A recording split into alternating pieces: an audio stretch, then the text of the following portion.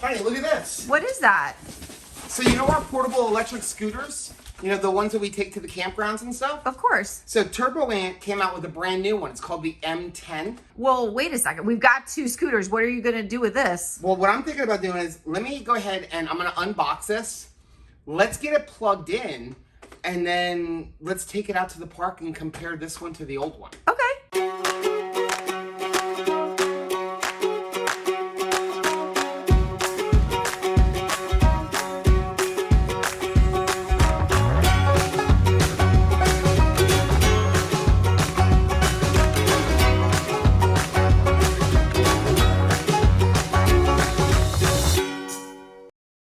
I'm Rachel. And I'm Joe. And we are two crazy campers after losing a combined weight of more than 200 pounds. We realized we had so much more energy for activities. Come along with us as we explore the great outdoors. And join us on a brand new adventure. Why is it every time we try to film one of these videos, it's either raining, thundering, windy, or there is a bug flying around our head? It's all good. We're going to give it our best. So a while back, we did a review of the Turboant X10 scooter. And we absolutely love our scooters, but now Turboant has come out with a new model, the X10. Yeah, and there's a lot of similarities between the X7 and the X10, but there's actually a couple of cool new features on the X10, and it comes in at a cheaper price point. Which I love because I'm all about the cheap. So I have already unboxed the X10 scooter that we have, and I've gone ahead and charged it. So let's take it for a quick run around the park.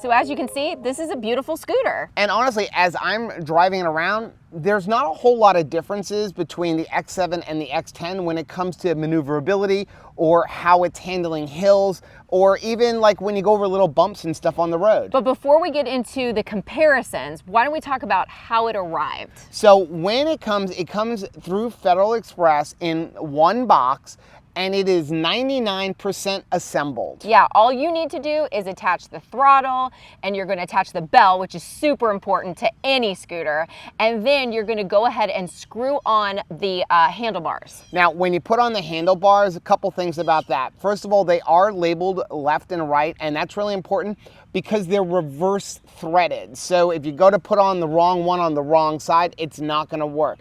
It makes it really easy because they're left and right, but a couple things I wanted to say. When you look in the instruction manual, there's no instructions on how to put on the bell. You need the bell. And it took me about 5 minutes of kind of playing around to figure out like, oh, okay, the easiest way to attach the bell is to, before you put on the left handlebar, because that's where it goes, and I only know that from looking at pictures of it assembled on the website.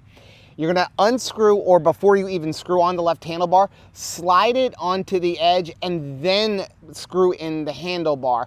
And then once it's on, you can kind of put it exactly where you want it and screw in the tightening screw. Now, once you've got everything assembled, all you're gonna do is plug it in, and you're gonna check the tire pressure. Yeah, now it does take about 5 hours to bring it up to a complete charge.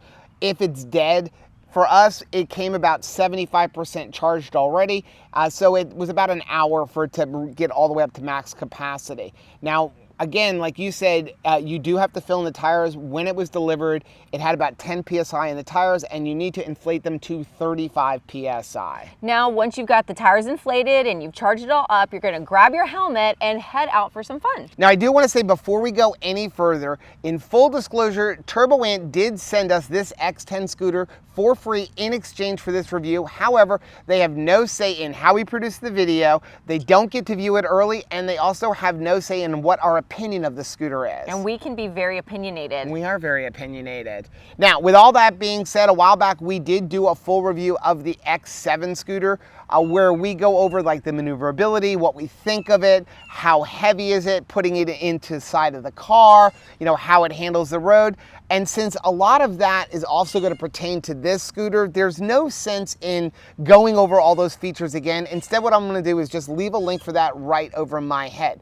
In this video, we're just going to go over the differences between the X7 and the X10. Well, and I was thinking, what do you think are the biggest differences between the two? Well, there's only a few differences, and I actually have my phone here. If you see me looking down, it's so that we don't miss any of them. Don't miss anything. But the biggest difference, the one that's going to jump out at you right away when you go to their website, that's the fact that this scooter, the X10, is $100 cheaper. You did get my attention because I am a spaver. I will spend money, but I also like to save money. Yeah, it is a huge difference because when you look at a scooter, the X7 was $550.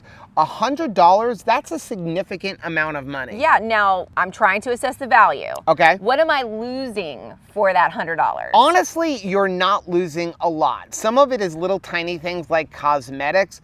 The biggest difference is the battery. So Okay. the X7 came with a 10 amp hour battery, and this one comes with a 7.5 amp hour battery. So it's got a smaller battery, and also on the X10, the battery is not detachable. So you have to actually charge it on the scooter, whereas with the X7, you were able to take the battery off and could have left the scooter in your trunk of your car and just brought the battery inside to charge it. Right. Also, that affects how far you can travel in a charge. Yeah, so if you remember right, on the X7, they claimed it had up to 30 miles in between charges. Perfect situation. In a perfect situation. It was like a 185-pound rider with no wind and perfectly inflated Wearing tires a pink shirt on a flat surface. With this one, they're saying that under optimal conditions, it will go up to 18 miles between charges. Well, here's the thing. I mean, honestly, like, are you going to need to go 18 miles on this? For the most part, we are driving around the campsites, and we use this to do local errands. We go to the post office, we go to the grocery store,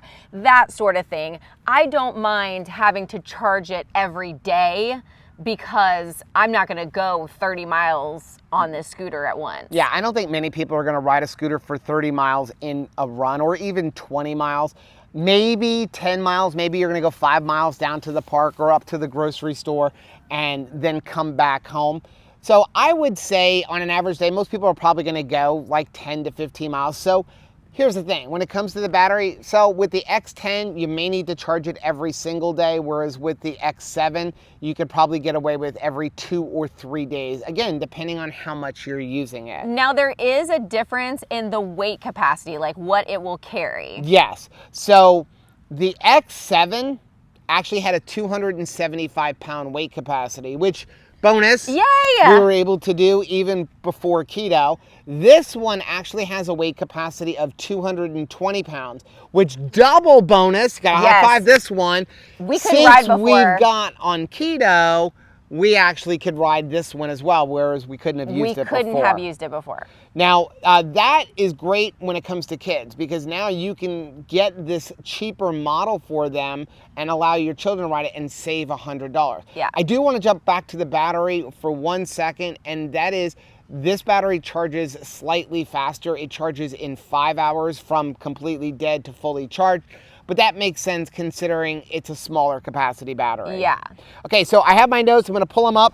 Couple of other, these are little things. Wait a second, I've got one. Okay. How much heavier is it or lighter is it than the other one? That's a good one. So the X10 comes in at 29 pounds, Okay. whereas the X7 was 33 pounds. So not a huge difference, but for some people, 4 pounds will make a difference. Especially if this is going with my kids and we're all like pulling it out of the car at the park to use, and they can help out maybe. Yeah, the rest of the size is pretty much the same. It folds up, it's pretty much the same length.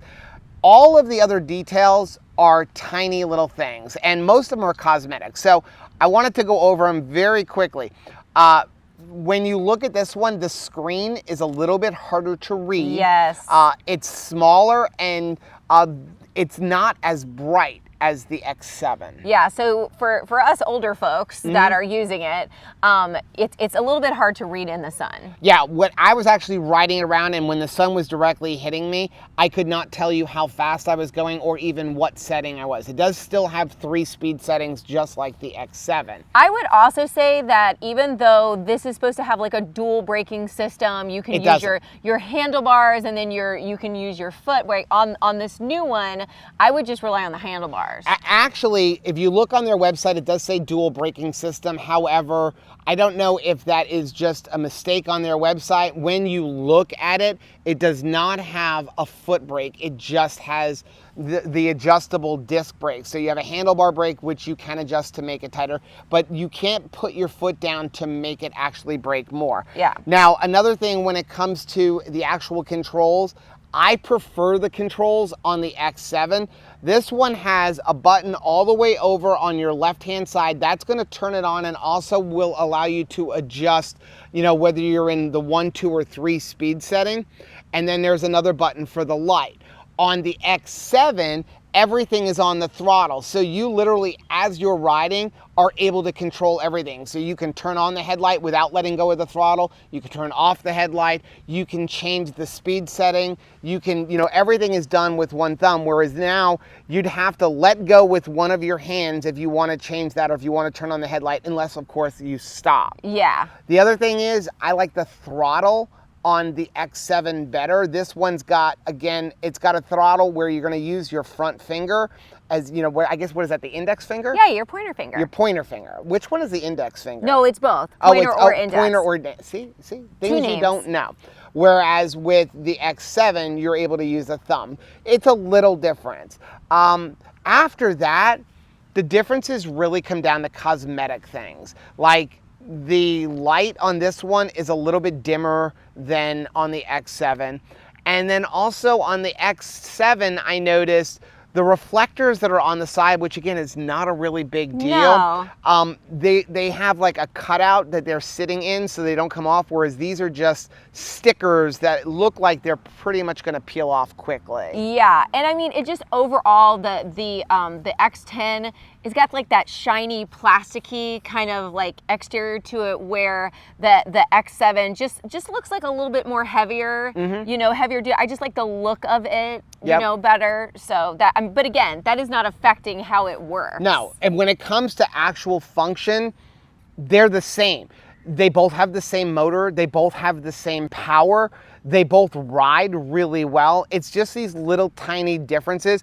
Now, there is something that I actually like on the X10 better than the X7, and that is the X10 is actually easier to fold. Yes, amazingly. So if you remember right, on the X7, there is a little latch on the front and with a little piece that turns around to lock it so it doesn't accidentally unfold.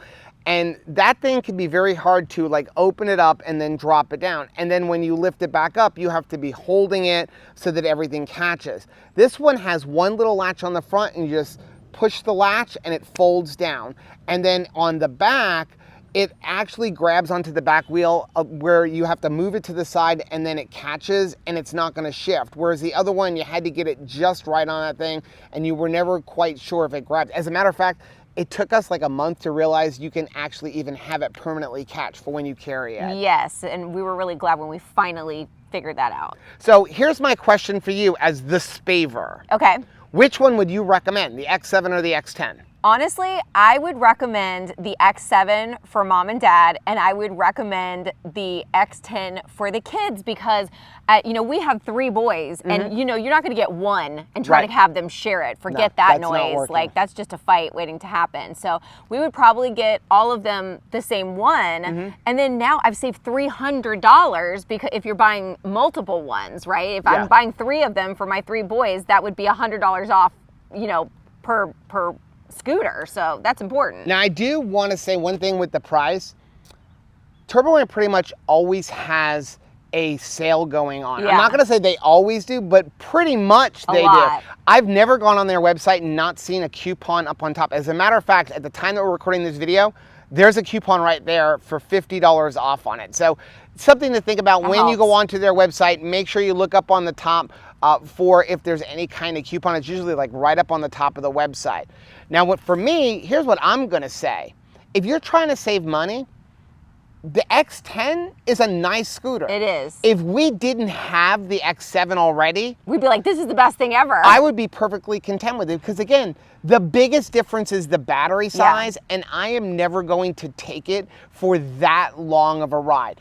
We're gonna use it for putting around a campground. If you're at a resort, maybe going from your campsite up to the pool, maybe running up to the general store, maybe running over to, like, you know, Publix or something like that, and then bring it back and plug it back in. It's kind of like your phone, right? Most people charge their phone whenever they're not using it. Like if you're at home, you put it on the charger. If you're in the car, you put it on the charger. Most people don't try to go till the battery on your phone is completely dead. You just charge it whenever you can. And I can see us doing the same thing with this. So overall, I don't think you can go wrong with either one. I think they're both great scooters. It's just gonna come down to what features do you need? You know, do you need the higher weight capacity of the X7, or do you weigh 120 pounds and can get away with the X10? Yeah, well, I think the other big concern for me would be like, where are you storing it? So like if you're gonna store it in your camper or you're gonna store it in your vehicle and just like go back and forth with it, you may need the X10 because you want the detachable battery so you don't have to haul the whole, you know, thing in order to charge it. Yeah, I mean, and that is probably a big thing. Again, for me, I don't really care about the battery size because I'm not gonna run this thing for a week, and I'm certainly not going on a 25 or a 30-mile ride in one day. But that detachable battery is a difference.